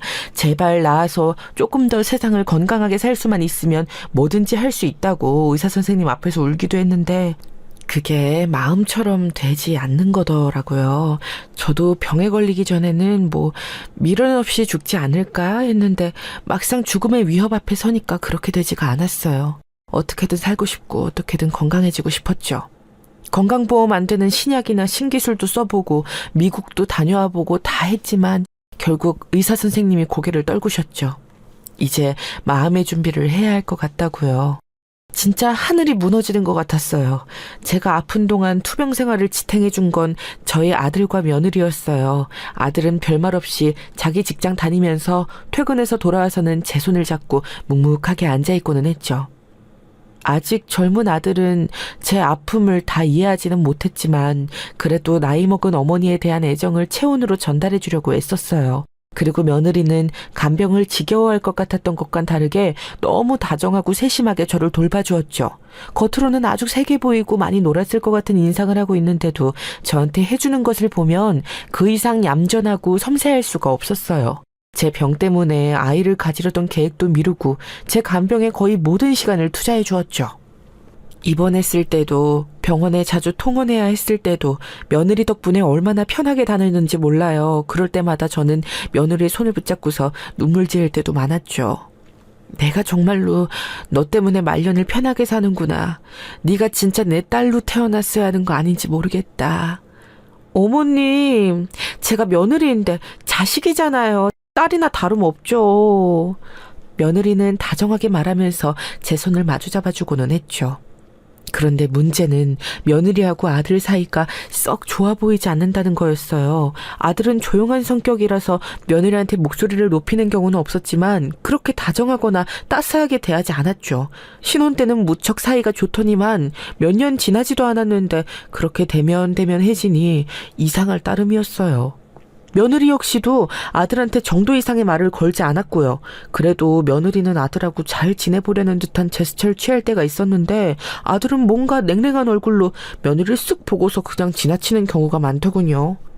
대체 어째서인지 궁금했고 아내한테 그러면 못 쓴다고 아들을 몇 번 꾸짖기도 했어요. 하지만 아들은 별다른 말 없이 고개만 저을 뿐이었죠. 사실 이상한 일이었어요. 아들의 아버지, 그러니까 제 남편도 쑥맥이고 얌전한 사람이기는 했지만 저와 아이를 무척 사랑했던 가정적인 남편이었거든요. 말수가 많진 않았지만 스치는 눈빛 하나도 모두 다정해서 사랑을 의심할 수 없는 사람이었어요. 아들은 남편을 아주 많이 닮았는데 자기 아내에 대한 태도만 이렇게 다르니까 좀 이상하기는 했죠. 혹시 며느리가 아들한테 뭔가 잘못한 게 있는 걸까 싶긴 했어도 그럴 만한 것도 보이지 않았어요. 애초에 며느리는 제가 아프고 나서부터는 간병을 하느라고 가정에 신경을 많이 못 쓰기도 했고요. 만약 아들 내외가 멀어진 이유가 있다면 제 병 때문일 수는 있는 상황이었죠. 솔직히 며느리한테 이런저런 생각으로 너무 미안했어요. 저 때문에 다른 것에 신경 쓰지 못하고 간병만 하느라고 남편하고 제대로 즐거운 시간을 갖지도 못하고 그저 아픈 시어머니한테만 온 시간을 할애하고 있으니 말이에요. 그런데 아들이라는 놈은 저렇게 무뚝뚝하게 아내한테 대하기만 하고, 그래서 저는 아들을 데려다 놓고서 하루는 잘 타일렀어요. 너 새아가한테 왜 그러는 거니? 아직 아이도 안 낳았는데 그렇게 대하면 못 써. 아내한테는 다정하고 세심하게 배려해야 하는 거다. 네, 그런데 어머니, 아니에요. 아들은 뭔가 말하고 싶은 눈치였지만 애써 말을 삼켰어요. 저는 뭔가 이상하다고 생각했지만 그렇다고 말하지 않으려는 아들한테 추궁을 할 수도 없었죠. 아마 아들하고 며느리가 서로 안 맞는 부분이 있는 것 같더라고요. 사실 결혼 전에 보기에도 서로 잘 맞지는 않을 것 같은 사이이기는 했어요. 서로 성격이 너무 다르다 보니 아들은 쑥맥에 연애도 해본 적 없는데 며느리는 잘 놀고 활달한 성격이어서 서로 부딪힐 수밖에 없는 것 같았거든요. 결혼 전에야 서로 좋아서 이런 거 저런 거 다 괜찮다고 여겨질지 몰라도 사실 결혼 후에 현실이기 때문에 이제 콩깍지가 벗겨질 만도 했죠. 하지만 결혼한 지 몇 년 되지도 않았는데 서로 대면대면해진 것에 제 병이 이유일 것 같아서 걱정은 많이 되었어요. 어미라는 사람이 아이들 결혼 생활에 도움을 못 줄 망정 도리어 방해나 되고 있다니 말이에요. 저는 아들이 말을 안 듣는다면 며느리라도 위로해주자는 마음으로 열심히 며느리한테 잘해주려고 노력했었지요. 아픈 와중에도 며느리가 저를 데리고 가까운 백화점이나 쇼핑센터에 자주 나들이를 나갔는데 그럴 때마다 며느리가 뭔가 원하는 게 있으면 얼른 사주고는 했어요. 그리고 며느리가 말하지 않더라도 제가 먼저 사서 선물을 안겨주고는 했었죠. 명품 백이나 화장품, 주얼리 같은 것도 돈이 아깝지 않았어요. 이제 몸이 아프고 보니까 돈이란 중요한 게 아니고 제 곁에 있는 가족이 정말 중요한 거더라고요. 며느리가 제 곁에 없다면 제가 얼마나 외롭고 아픈 몸에 마음까지 우울해졌을지 상상을 하기가 힘들었어요. 정말 제 자식처럼 딸이 있었다면 이랬겠구나 싶을 정도로 며느리한테 의지를 했었죠. 며느리는 제가 아파서 누워있으면 얼른 옆으로 와서 약과 물을 주고 제가 일어나기 힘들어하면 부축해서 일으켜주고 밥을 먹기 힘들어하면 일부러 죽을 끓여와서 숟가락에 김치를 올려가면서 먹으라고 내밀어 주었어요. 몸이 아픈 와중에 그런 다정함은 정말 말로 할 수 없이 고마워지고는 하죠. 그래서 제 재산은 전부 아들 내외한테 주려고 했고 부동산 일부는 며느리한테 주려고 하고 있었어요. 혹시라도 아들하고 며느리가 사이가 좋지 않더라도 며느리 혼자라도 당당하게 살 수 있게 해주고 싶었거든요. 제가 아들보다도 며느리가 더 소중하게 느껴질 정도였으니 얼마나 며느리한테 의지를 했는지 아시겠죠? 하지만 솔직히 며느리가 영민한 아이는 아니었으니 저는 슬슬 사업체를 정리하고 있었죠. 사업 자체를 물려줄 순 없다고 판단이 되었으니까요. 능력이 안 된 아이들한테 사업을 물려주면 그보다 더 큰 재앙도 없다고 생각했거든요.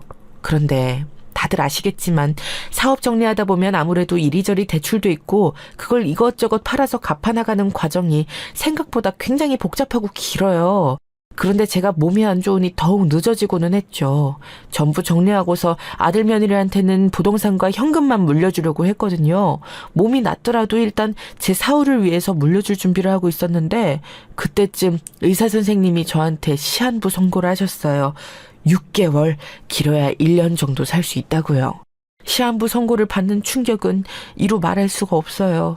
저는 먼저 암 치료를 시작하면서부터 의사 선생님한테 부탁을 했었어요. 무슨 나쁜 일이 있더라도 환자 본인인 저한테 가장 솔직하게 말씀해달라고요. 지금 저희 집의 가장이 저이기 때문에 제가 모든 일을 알아야 하고 모든 일을 직접 처리해야 한다고 말이에요.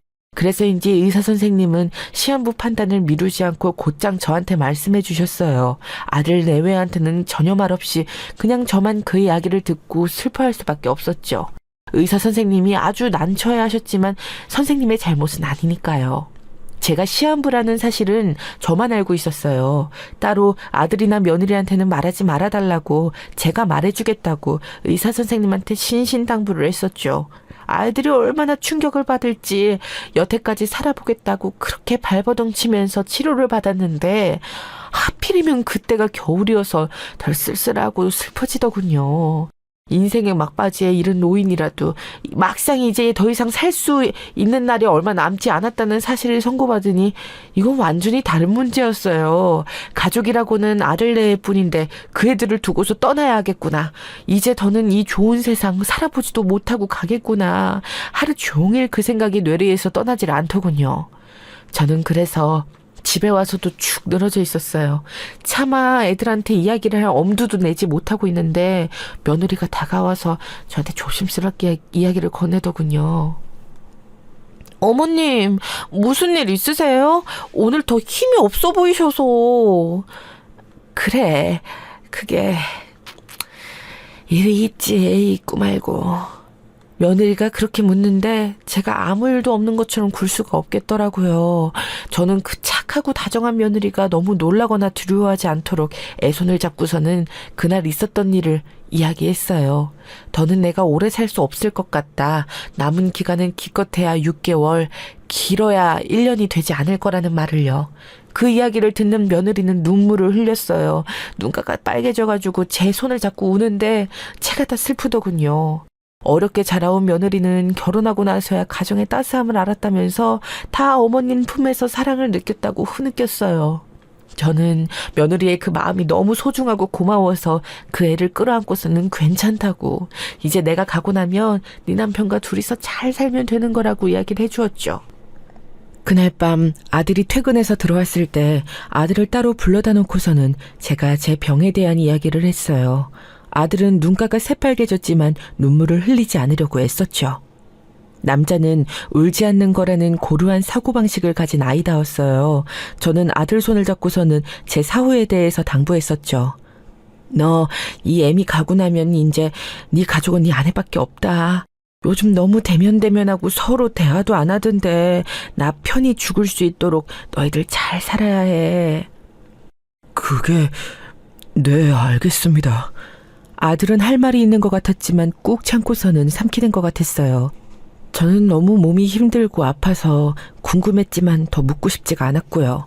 그리고 그 다음부터 본격적으로 사업체 정리에 들어가기 시작했죠.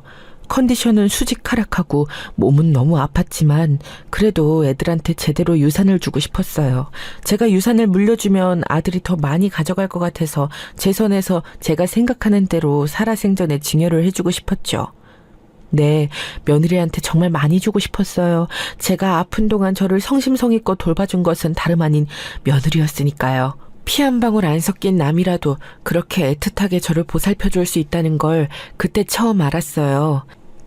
제 평생 내내 무뚝뚝한 아들만 기르느라고 남편 떠내보내고 난 후에는 저를 그리 생각해주는 사람이 없었던 거였죠. 며느리가 저한테 그리 잘해주는데 얼마나 고마웠던지요. 그래서 제가 사업체를 정리하는 동안 저는 아예 아들한테 제 계획을 전부 이야기했어요. 며느리한테 재산을 좀 많이 주고 싶다고요. 아들이 하도 며느리한테 대면대면하게 굴어서 그게 불안하다는 점도 함께 이야기를 했죠. 그런데 아들은 그날은 가만히 듣고만 있었어요. 그러더니 며칠 뒤에 찾아와서 다시 한번 저하고 이야기를 나누었죠. 며느리하고 사이가 정말 안 좋아졌는지 아들이 제 방에 들어오면 며느리가 나가고 며느리가 들어오면 아들이 나가고는 했어요. 그러니까 저희 셋이 함께 이야기를 한 적이 없었던 거였죠. 어머니, 다시 생각해 보시는 게 좋을 것 같아요. 유산 증여 말이에요. 뭐? 왜? 갑자기 무슨 소리니? 네 아내한테 유산 더 많이 준다는 게 싫어서 그래? 사이좋게 지내면 어차피 그 돈이 네 돈 아니니. 잘 들어라. 부부는 평생 일심동체로 살아야 해. 어디 명의 가지고 서로 얼굴을 붉히려고 드는 거니? 저는 아들이 며느리를 질투하는 거라고 지레짐작해서 아들을 먼저 꾸짖었어요. 하지만 아들은 그런 게 아니라며 손을 내줬더니 결국 한숨을 푹 쉬더군요. 어머니한테 이런 거 아시게 하고 싶지 않았어요. 몸도 안 좋으신데 괜히 속만 복잡하실까봐. 저는 아들이 대체 무슨 소리를 하는 건지 알 수가 없더군요. 아들은 천천히 말을 꺼냈어요. 사실 저 사람 지금 따로 만나는 남자가 있는 것 같아요. 아니, 있어요. 제가 카톡하고 사진으로 다 확인했거든요. 뭐? 너 그게 무슨 소리니? 진심이야? 진짜로 하는 말이야? 저는 너무 놀랐어요. 아니, 저한테 그렇게 살갑게 대하던 며느리가 다른 남자를 만나고 있다뇨. 정말 딸 같은 아이라서 믿을 수가 없었죠. 그것도 죽기 직전인 시어머니 모시면서 다른 남자를 만났다니 정말 인간으로서 최악인 거잖아요. 저는 아들한테 도리어 화를 냈어요. 너 아무리 재산이 탐이 나도 그렇지 네 아내를 그렇게 모욕하고 덮어 씌우는 거 아니다. 어디 아내가 바람 피운다고 누명을 씌우는 거냐. 그 애가 그럴 애야? 너 일한다고 핑계대는 동안 나한테 꼭 붙어서 계속해서 위로해주고 수발 들어준 아이다. 너는 어쩜 이렇게 행동해서 엄마를 실망시키는 거냐. 저는 아들을 마구 몰아치면서 꾸짖었어요. 하지만 아들은 별다른 표정 변화 없이 그저 제 말을 듣고만 있었죠. 그리 억울한 표정도 아니었어요. 이럴 줄 알았다는 것처럼요. 저는 그 아이의 표정을 보면서 대체 내가 왜 이 아이를 이렇게 잘못 길렀을까 하는 생각을 했어요. 그런데 아들이 제 말이 끝나갈 무렵에 그렇게 덧붙이더군요. 어머니도 언젠가 아시게 될 거예요. 제가 눈이 어두워서 그 사람하고 결혼했지만 결코 좋은 사람이 아니에요. 속에 꿍꿍이가 있어서 잘하는 척할 뿐이죠. 아들은 한숨을 깊이 쉬었어요. 저는 더 이상 아들을 꾸짖진 않았지만 여전히 불쾌하기는 했죠. 그런데 그렇게 말하고 나가는 아들의 뒷모습을 보면서 이상한 불안감에 가슴을 잠식하긴 했어요. 그래도 아들의 한마디 때문에 몇 년이나 쌓아온 며느리의 노고를 완전히 없던 것처럼 만들어버릴 수는 없었어요. 며느리는 저한테 너무 사근사근했고 좋은 아이였거든요. 실질적으로 저한테 붙어있는 시간이 정말 많아서 사실 불륜할 시간조차도 없을 거였어요. 저는 아들이 정말 못난 소리를 했다 싶어서 더욱이나 며느리한테 잘해주려고 노력했죠. 하지만 사업체를 정리하는 일은 점점 더 늦어졌어요. 한쪽에 있는 대출을 자산을 팔아 갚아야 하는데 이게 자산이 잘 팔리질 않았던 거였죠. 사실 강남에 있는 꼬마 빌딩이었는데 이게 사는 사람이 나타나면 금방 팔리는데 아니면 꽤 늦어지고 골치 아파질 때도 있잖아요. 아파트랑은 좀 다르죠. 실질적으로 그 빌딩 가격이 무척 높은 편이라서 노리는 사람은 많았는데 거래는 늦어지는 그런 경우였어요. 대출 조금 있는 걸 완전히 처리하려는 마음만 아니었다면 그걸 팔 이유도 없었던 물건이었죠. 저는 하도 그 빌딩이 안 팔려서 머리가 아팠어요. 제가 죽기 전에 완전히 아무것도 못하게 되기 전에는 일 처리가 완료되어야 하는데 이게 그러기가 쉽지 않아 보였거든요. 힘이 떨어져서 제대로 글자도 못 보고 앉아있는 저한테 며느리가 들어와서 기웃대더라고요. 저는 그 애가 내놓은 차를 마시면서 한숨을 푹 쉬었어요. 아니요, 어머님, 왜 그렇게 한숨을 쉬셔요? 그게 말이다. 저는 순간 조금 있는 대출이 너무 미웠어요. 그것만 아니면 그래도 얼추 정리가 되었는데 말이죠. 사업 정리하는데 이제 빚만 남았네. 아휴, 골치 아프다. 이거 너 물려받으면 어떡하니? 물려줄 게 빚밖에 없네. 너무 힘든 나머지 농담처럼 나온 말이었죠. 설마 제가 빚만 있다 하더라도 어디 자식들한테 그걸 물려줄 생각을 했겠어요? 그냥 상속 포기를 하라 했겠죠. 그런데 그 순간 며느리가 얼굴색이 변하더군요. 표정이 딱딱하게 굳는 것을 보고 저는 이 말이 며느리한테 큰 근심을 안겨주었나 보다 했어요. 사실 농담이라고는 해도 사정 모르는 사람이 들으면 큰일일 거였죠. 저는 급히 손을 내저으며 농담이었다고 말하려고 했지만 그 순간 며느리가 벌떡 일어나서 문을 콱 열고 나가버리더군요. 저는 어안이 벙벙했어요. 저 애가 한 번도 저런 식으로 행동해 본 적이 없었거든요. 여태까지 정말 제 앞에서는 세상에서 가장 얌전하고 예의 바른 태도로 행동했기 때문에 저런 며느리의 행동이 제대로 인식되지 않을 정도였어요. 하지만 곧 며느리는 씩씩대면서 들어와서 저를 노려보더군요. 저는 너무 어처구니가 없어서 제대로 말도 하지 못하고 며느리를 올려다보았어요. 어머님, 미치셨어요? 아, 진작 말을 했어야죠. 뭐를 말이냐? 빚밖에 없다고요? 아니, 난 진짜 어떡하라고. 그것만 기다리고 있었는데. 며느리가 고함을 질러댔어요. 너무 시끄러워서 저는 귀를 틀어막고서는 놀라 입을 벌렸죠. 며느리는 마치 미친 사람처럼 제가 들고 있던 서류들을 뒤져보았지만 사실 그런 사업 관련 서류를 그 애가 본다고 알 수나 있나요? 뭐 사정도 여태까지 단 한 번도 물어보지 않았던 애가요. 아, 어쩌라는 거예요? 그 돈 없으면 어쩌라고? 너 대체 지금 뭐 하는 거니? 내가 그 돈 때문에 다 죽어가는 늙은이 수발을 몇 년을 들은 건데 대체 그 돈 부스러기 좀 얻겠다고 그렇게 열심히 수발을 들었는데. 며느리는 가슴을 치면서 마치 사기라도 당했다는 것처럼 소리를 치더군요. 저는 너무 어안이 벙벙했어요. 그 순간 아들이 했던 말이 스쳐 지나가더군요. 며느리가 그렇게 좋은 사람이 아니라는 말이에요. 제가 입을 벌리고 어떻게 뭘 하지도 못하고 있는데 며느리는 발을 쿵쿵 거면서 다가와 저한테 베개를 집어 던지고 이불을 집어 던졌어요. 그러고서는 나가서 백을 집어들더니 곧장 아파트를 나가버렸죠. 너무 창졸지간에 일어난 일이라서 저는 뭘 어떻게 말을 할 수도 없었어요. 며느리가 나가고 난 후 집안은 무슨 폭풍이라도 치고 나간 것 같더군요.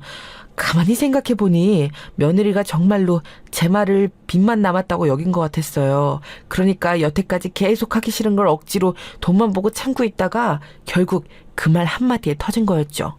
어떻게 사람이 그렇게까지 거짓된 탈을 잘 쓰고 있었던 건지, 여지껏 그렇게 다정하고 상냥하게 저를 수발들어 주던 것은 전부 거짓이었던 건지 순간 너무 눈물이 나더라고요. 그렇지 않아도 정말 몸이 너무 많이 아프거든요. 살 날 얼마 남지 않은 순간에 이런 식으로 제가 마음을 주었던 애한테 배신을 당하다니요. 그날 아들이 퇴근해서 들어올 때까지도 며느리는 들어오지 않았어요. 저는 멍하니 아들이 퇴근해서 들어오는 것을 바라보았죠. 제 안색을 보고서 무슨 일이 있었음을 직감한 아들이 급하게 다가와서 저한테 물었어요. 무슨 일 있었어요? 그 사람은요? 그 아이 정말 그렇더구나. 네 말이 정말 맞았어. 여태까지 그냥 거짓으로 나한테 돈만 바라고 그리 다정하게 군 거였어. 저는 넋을 놓고서 아들한테 그날 있었던 일은 이야기했어요. 아들은 얼굴을 굳었다가 결국 무슨 일인지를 모두 듣고서 한숨을 푹 쉬었죠. 이미 다른 남자하고 깊은 관계예요.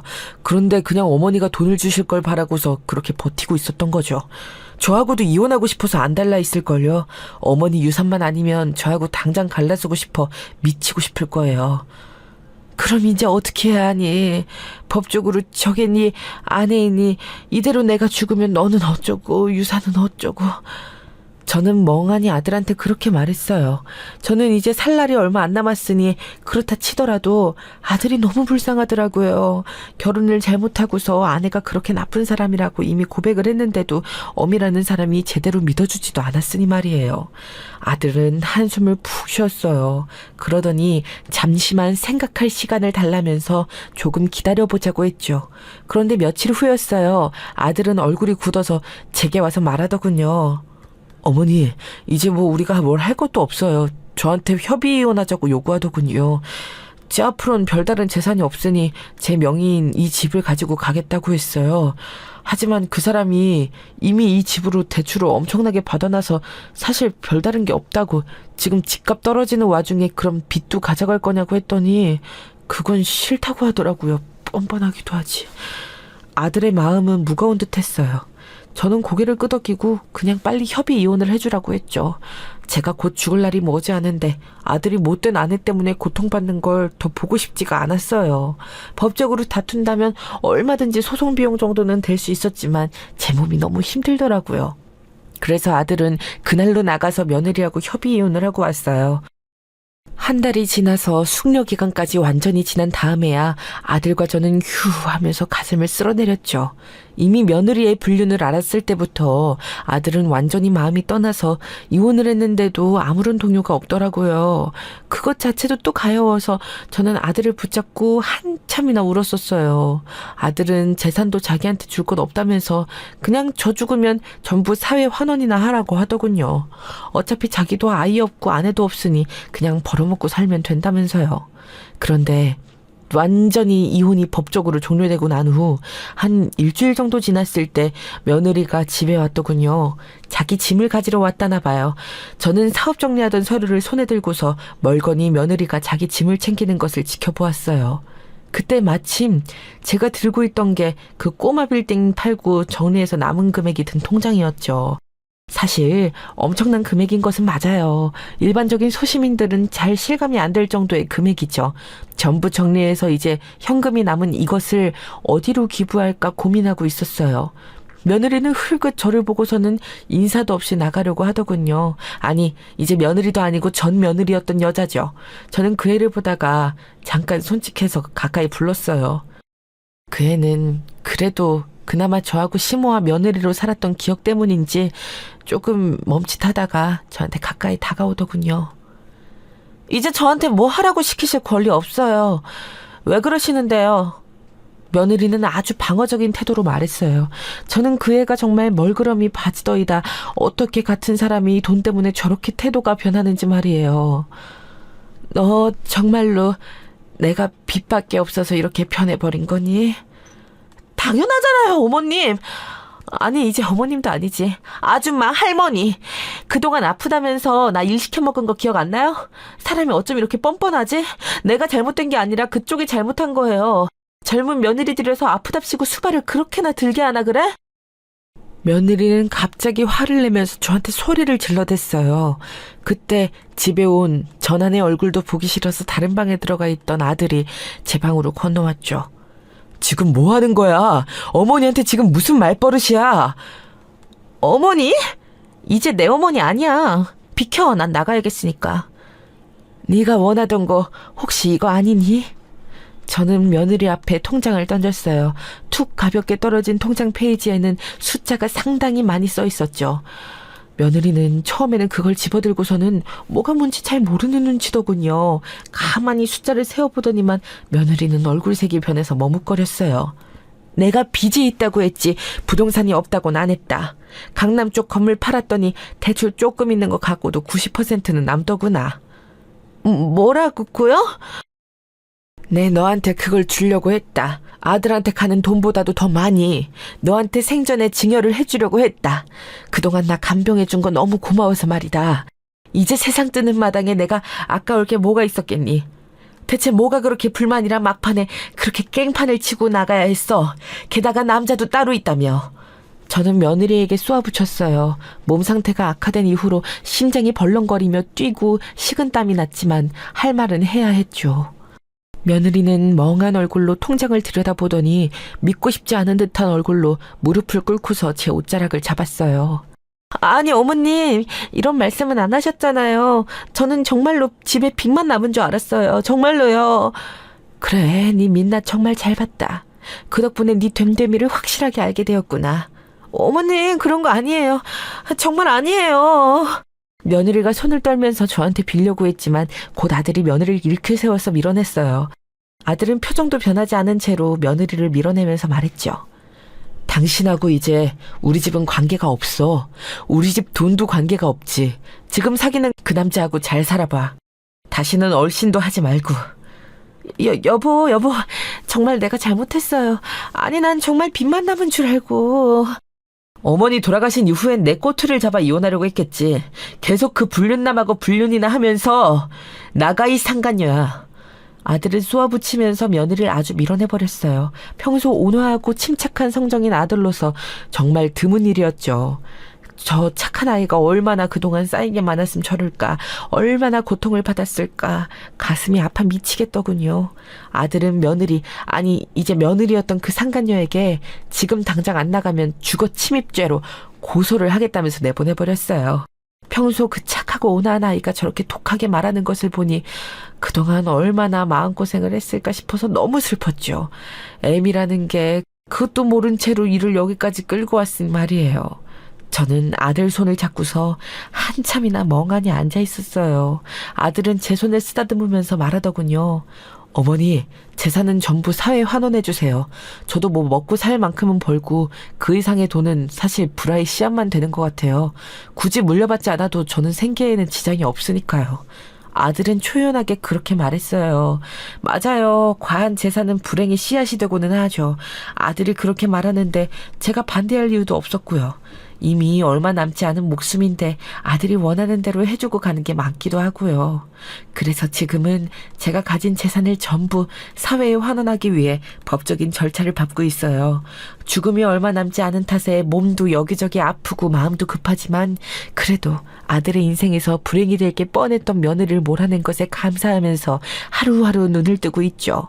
부디 제 재산이 정말 필요한 사람들에게 가서 잘 쓰이기를 바랄 뿐이에요. 제 전며느리 같은 사람 말고 말이죠.